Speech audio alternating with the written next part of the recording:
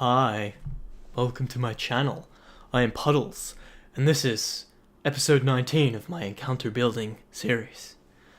This is creativity and strategy of your players, and not quenching it or putting it out. So, sorry, weird intro there. Yes, creativity, strategy, thinking outside the box. These are all good things, so we should encourage it. In our players, and even if it sort of messes up your plans, I think.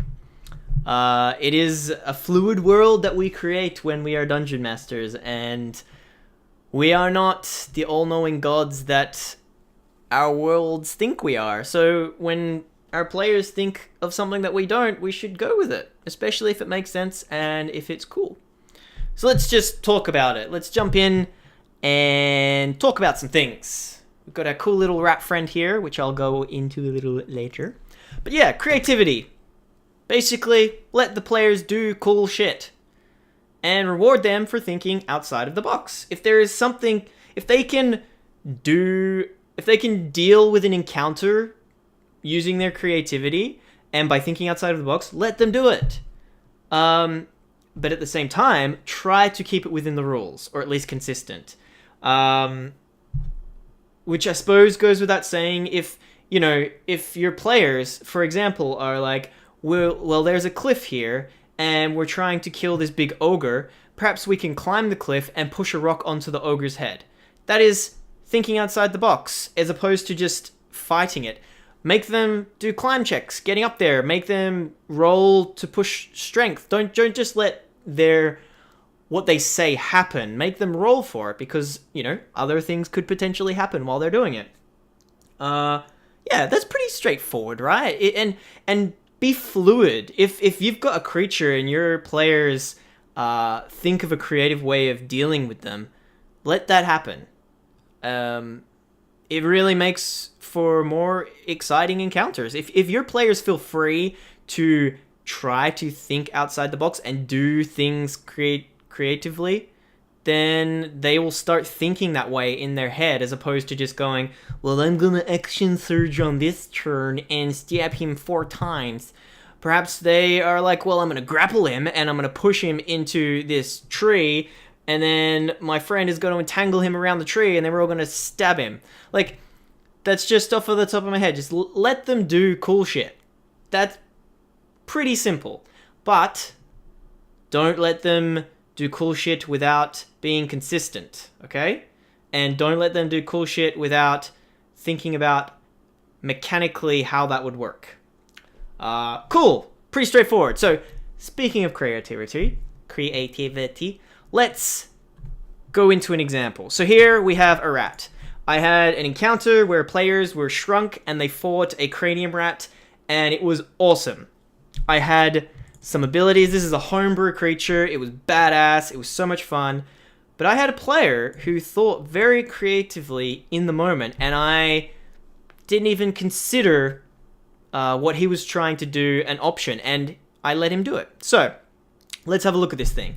It has some abilities. It's pretty strong. So, it has these 4 injections. So, before the fight, the players were like pushing all these buttons and looking in the cage at this tiny little rat, and different things would happen to it when they pushed the buttons. So they would push the adrenaline injection and it would be under the effects of the haste spell.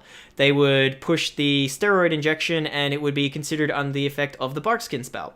And this was just happened. And I described it as these like tubes were going from its body into its brain. So it was just like pumping these chemicals directly into its brain, which was open.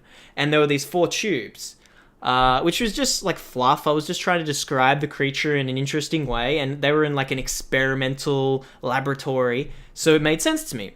But there were 4 different ones. There was another one for psionic interference, which was the slow spell, and then there was dimensional jolt, which was the blink spell. So it has these 4 abilities on it, and these 4 different colored tubes going into its brain that are like pumping this liquid. So we're in the middle of this fight. This thing wrecks our paladin first round. Paladin's on like 1 hit point because this guy hits hard. And he has all of these extra abilities. And the ranger, he goes to me, "Can I shoot at the pipes, like that are pumping these chemicals into his brain?" And that was nothing that occurred to me. I was just gonna, whatever buttons they pushed before they went into this encounter was what they were gonna deal with.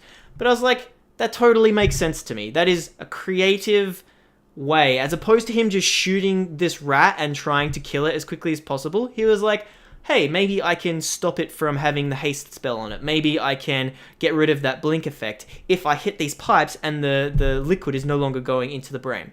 How creative and amazing is that? So I let it happen, and the ranger did almost no damage to the rat, but he was crucial in stopping it having these abilities.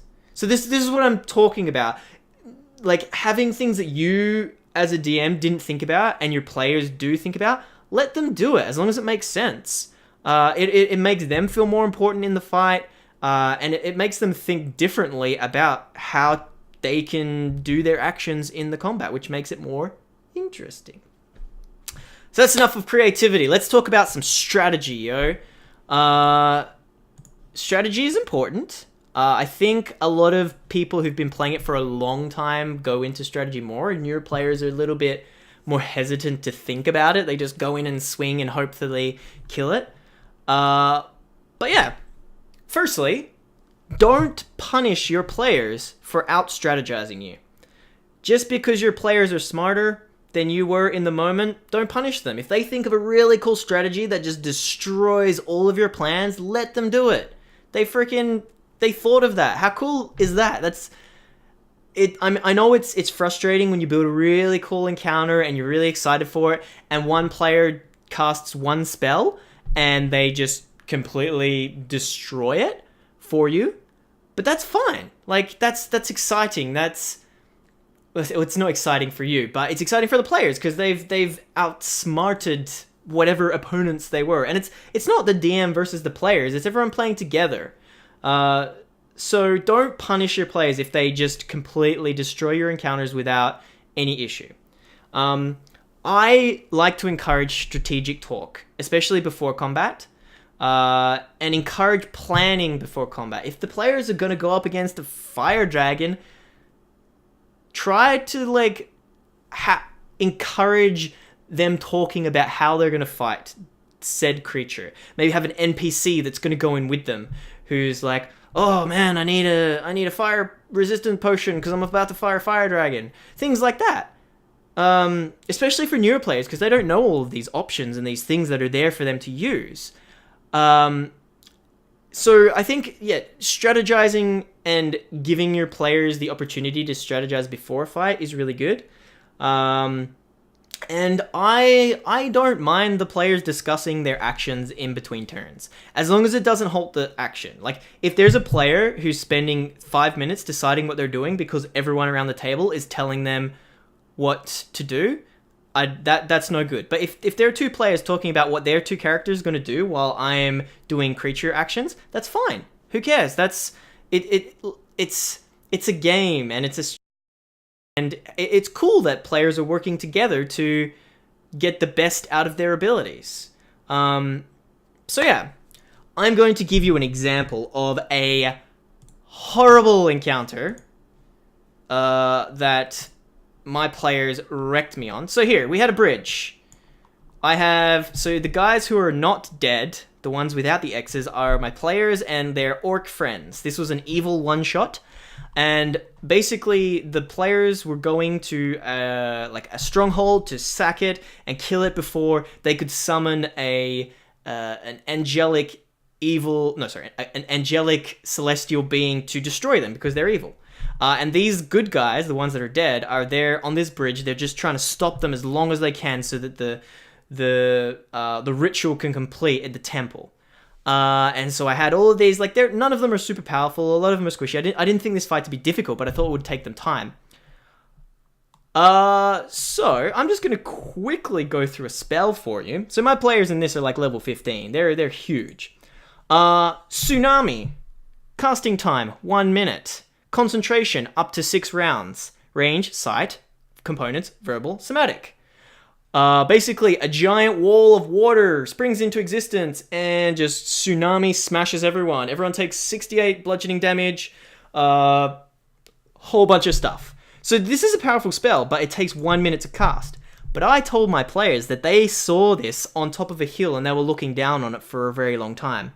So, my druid in the party, he goes, "Can I see it?" And I was like, "Yep." And the range on Tsunami is sight. So he can see these guys setting up a battalion at the edge of this water, getting ready to fight for the last man, to try and hold these evil guys off so that they can summon their angel people. He's like, "Okay, I'm going to spend the next minute casting Tsunami." And that was the encounter. I planned this. This encounter probably took me like half an hour to like find the map, get everything set up, get all of the different creatures, tokens, things like that. And within like 30 seconds, he was like, "Okay, they're all dead." Yeah, cool. That's a very good strategy for that. I didn't feel good in the moment, but I'm sure my player thought was like, "Yes, I got them with my Tsunami. I rock." So yeah, that's what I mean with don't let your players out strategizing make you feel bad. It's fine. Just, let them do the cool things that their characters can do. That's why we're playing this game, right? Yeah. So that all makes pretty decent sense to me. Let your players do cool shit and encourage them to strategize, and when they out-strategize you, don't punish them for it. 3 pretty simple, easy rules that we can all follow to make our games more fun. I hope this has been interesting, and I hope you enjoyed.